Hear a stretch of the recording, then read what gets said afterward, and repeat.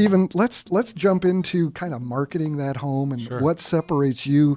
I know your team does a fantastic job. You do a lot of transactions, and that gives you the ability and the knowledge to market a customer's home probably better than many agents out there. What do you think is critical in making that happen and correct for your customers? Of course. One of the things that our listeners can't see is, what am I holding up in my hand right now? That is a cell phone. That It's is an iPhone. correct. It's a Samsung. It's a Samsung. It's all beat up. Because you use it so much to market your customers' That's it. homes. Thank you so much for There that, it is. Tom. The reason that I held that up and I wanted you to describe it for our listeners is because if a seller chooses a real estate agent, and as I said, most people will choose the first person they meet 70% of the time. Bad decision. Exactly. That agent is going to be taking professional photos with their own phone. And they might take 9 of them, and 3 could be sideways and one's of the toilet. So let's just say number 1, I will not be taking my own photos. I will be hiring a professional real estate photography company. Let me say that again. I will be hiring a professional real estate photography company. I mean, if you look at the statistics, over 90% of all homes are viewed on the internet before they ever saw the property, whether it was driving by a sign or an open house. Absolutely. That's where it all starts.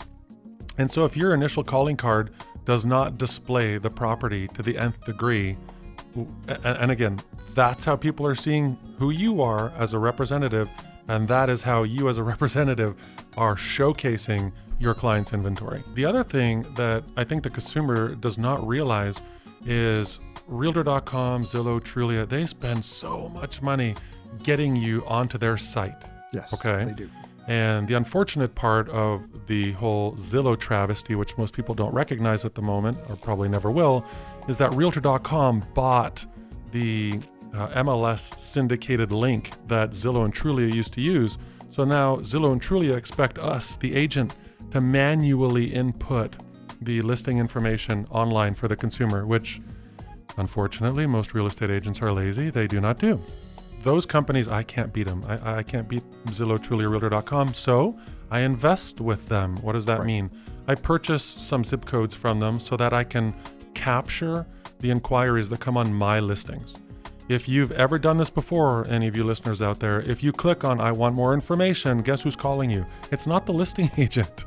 It's somebody else that just got the inquiry that has no clue about your home.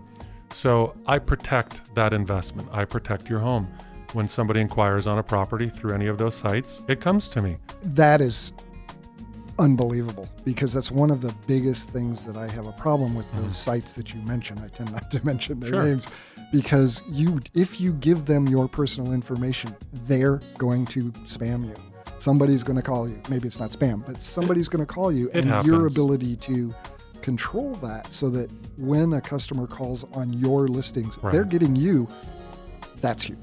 Having that marketing exposure that I control because I paid for it. And that's the bottom line. I pay for an assistant. I pay to have staff. I pay for my marketing. I pay to run a business.